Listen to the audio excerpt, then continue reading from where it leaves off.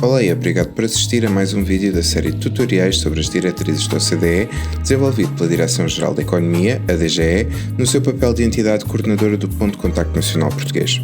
Neste vídeo vamos apresentar o 7º capítulo destas diretrizes, dedicado ao combate ao suborno e outras formas de corrupção.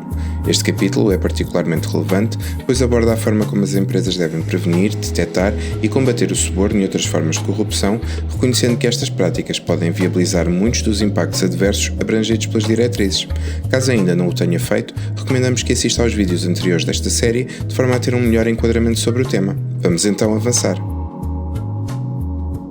O capítulo 7º das diretrizes da OCDE reconhece que o suborno e outras formas de corrupção podem viabilizar muitos dos impactos adversos abrangidos pelas diretrizes, afetando a integridade dos mercados, a confiança nas instituições e a própria conduta empresarial responsável. Por isso espera-se que as empresas não se envolvam em qualquer ato de corrupção e que adotem uma atuação ativa na sua prevenção, detecção e combate. Assim, o objetivo deste capítulo é orientar as empresas na adoção de medidas eficazes de combate ao suborno e outras formas de corrupção, incluindo o desenvolvimento de controles internos, programas de ética e conformidade e mecanismos de devida diligência baseada no risco, proporcionais às circunstâncias e fatores de risco de cada empresa. As diretrizes encorajam também uma cultura de integridade, transparência e responsabilização, em linha com instrumentos internacionais relevantes, como a Convenção Anti-Suborno da OCDE e a Convenção das Nações Unidas contra a Corrupção. Este capítulo está estruturado em 7 recomendações principais, complementadas por uma zona de comentários com 7 parágrafos explicativos, e é por eles que vamos começar.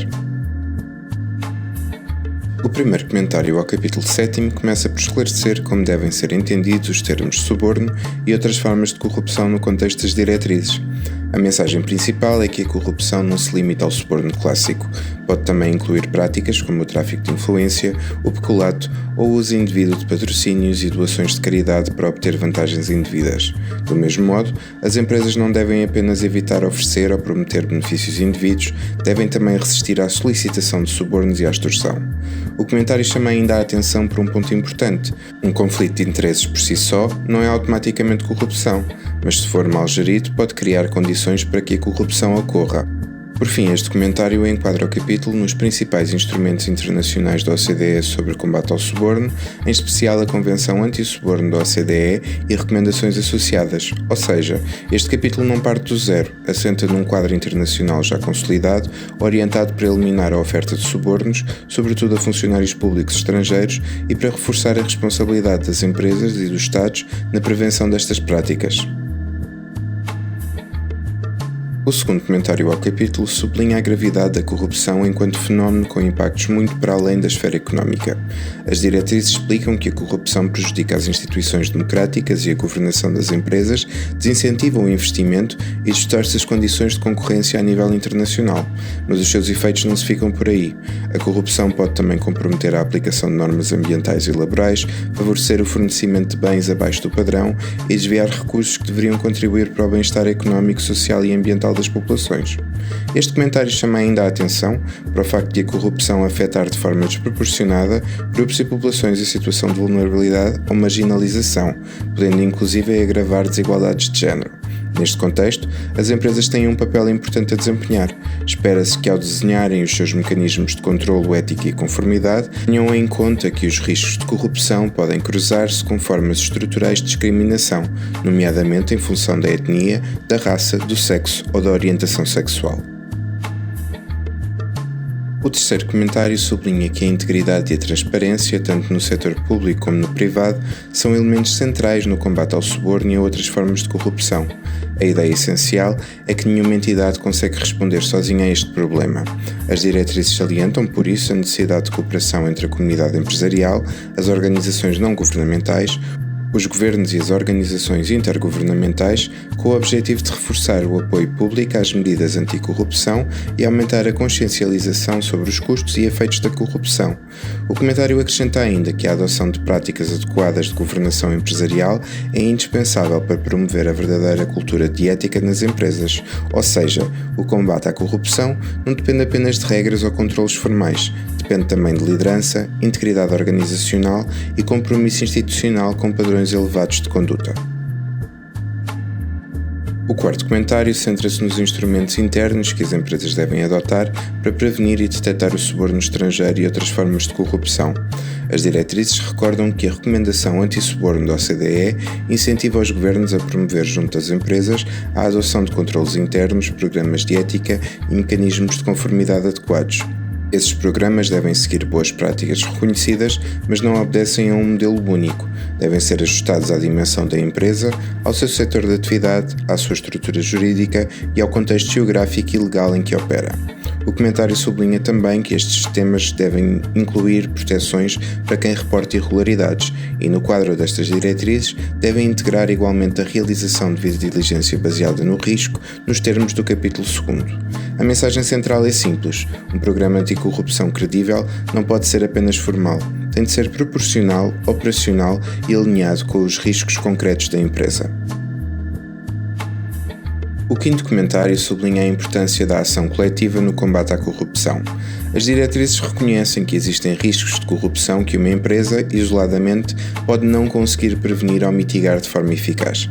Nesses casos, o envolvimento com organizações da sociedade civil, associações empresariais e profissionais, outras empresas e organizações internacionais pode ajudar a desenhar políticas anticorrupção mais robustas e mais realistas. Este comentário valoriza, por isso, a cooperação multilateral e multissetorial como complemento dos mecanismos internos da empresa.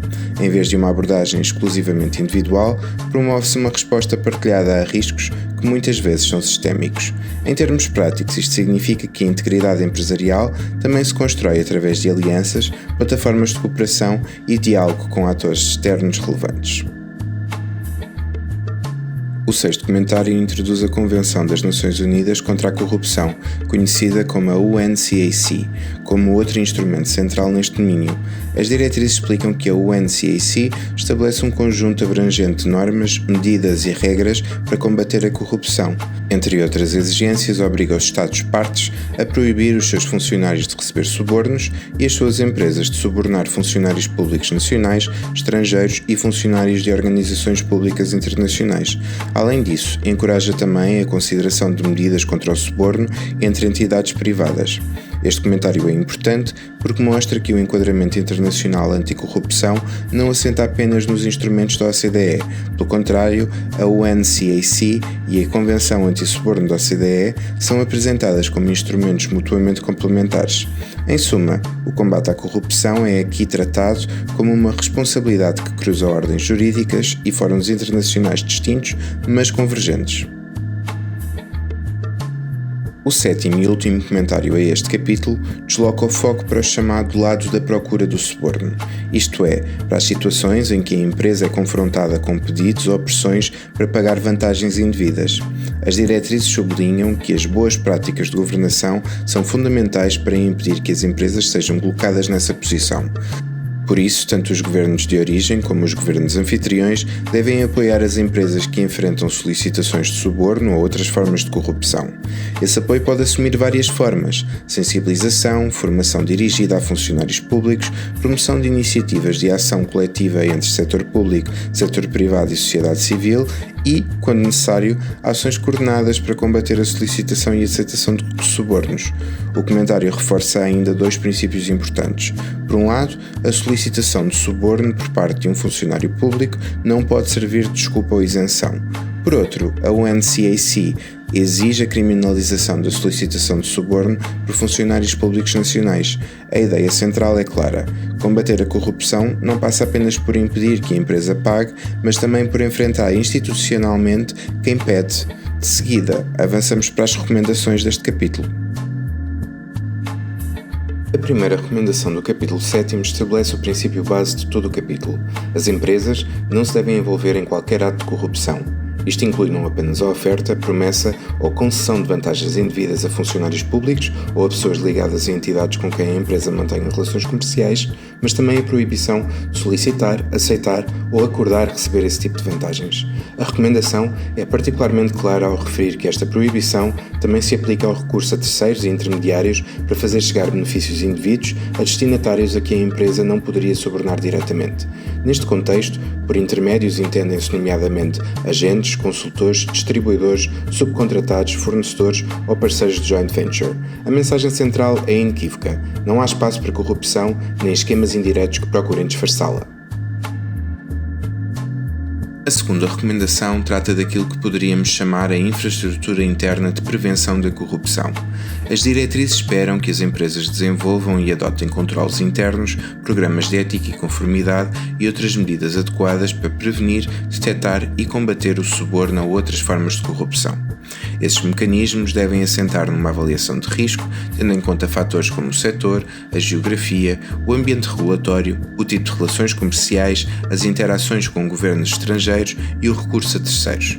A recomendação sublinha ainda a importância de dispor de procedimentos financeiros e contabilísticos sólidos, com registros exatos, contas fiáveis e mecanismos de controle desenhados para impedir que a contabilidade seja usada para ocultar pagamentos ilícitos ou outros atos de corrupção. Por fim, estes sistemas não devem ser estáticos, os riscos devem ser monitorizados e reavaliados regularmente, e os programas devem integrar devida diligência baseada no risco nos termos do capítulo 2º. Em suma, a empresa deve ter um sistema vivo, ajustado aos riscos reais e capaz de evoluir com eles. A terceira recomendação dirige-se aos chamados pagamentos de facilitação, pequenas quantias ou vantagens indevidas pagas para acelerar procedimentos ou obter atos que, em princípio, já seriam devidos. As diretrizes deixam claro que estes pagamentos devem ser proibidos ou, pelo menos, fortemente desencorajados no quadro dos controles internos, programas de ética e mecanismos de conformidade da empresa. Isto é especialmente importante porque, apesar de, por vezes, serem apresentados como práticas menores ou normalizadas em certos contextos, são, em geral, ilegais nos países onde ocorrem. A recomendação acrescenta um ponto essencial. Se, ainda assim, esses pagamentos forem efetuados, devem ser registados com exatidão na contabilidade. Ou seja, não basta proibir, é também necessário evitar a ocultação. O objetivo é combater uma zona cinzenta muito comum na prática empresarial internacional, onde pequenas vantagens indevidas são tratadas como custos operacionais banais, quando na realidade configuram um risco de corrupção. A quarta recomendação aprofunda um ponto muito sensível no combate à corrupção: o papel dos agentes e intermediários. As diretrizes reconhecem que estes intervenientes podem representar riscos acrescidos de suborno e outras formas de corrupção. Por isso, as empresas devem assegurar uma devida diligência devidamente documentada no momento da contratação, bem como uma supervisão adequada e regular ao longo da relação comercial. A remuneração destes agentes deve ser adequada e restrita a serviços legítimos. Além disso, quando relevante, deve existir uma lista atualizada dos agentes envolvidos em transações com órgãos públicos ou empresas detidas pelo Estado, disponível para as autoridades competentes nos termos aplicáveis.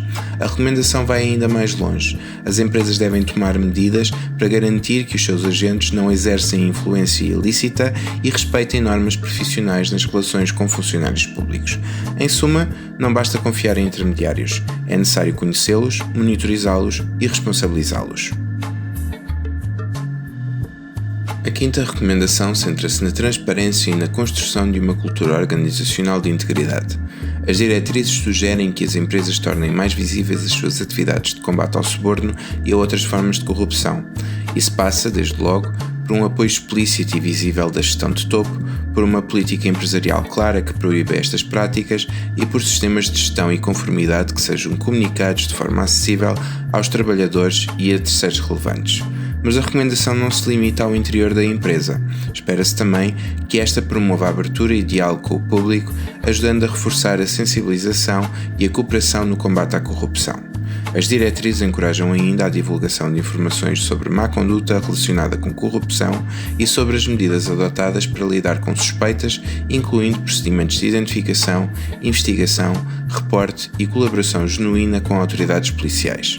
A lógica é clara. A integridade reforça-se quando é assumida publicamente, sustentada pela liderança e acompanhada por capacidade real de reação. A sexta recomendação trata da implementação prática das políticas anticorrupção dentro e fora da empresa. As diretrizes indicam que não basta ter políticas e programas formais.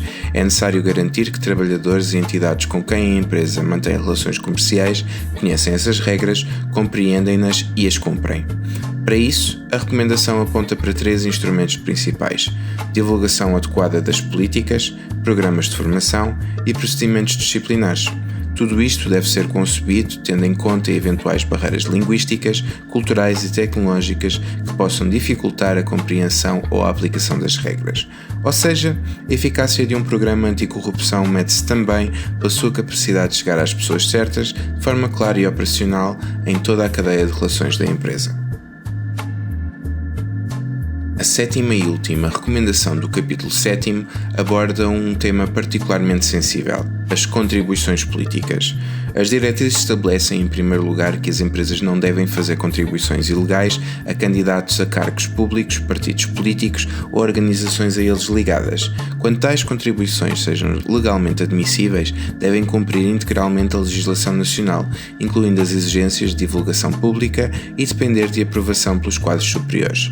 A recomendação acrescenta ainda uma salvaguarda importante: as empresas não devem obrigar os trabalhadores a apoiar candidatos a organizações políticas. O objetivo é prevenir o uso abusivo de recursos empresariais para influenciar processos políticos, assegurando que qualquer intervenção nesta esfera obedeça a critérios de legalidade, transparência e responsabilidade hierárquica.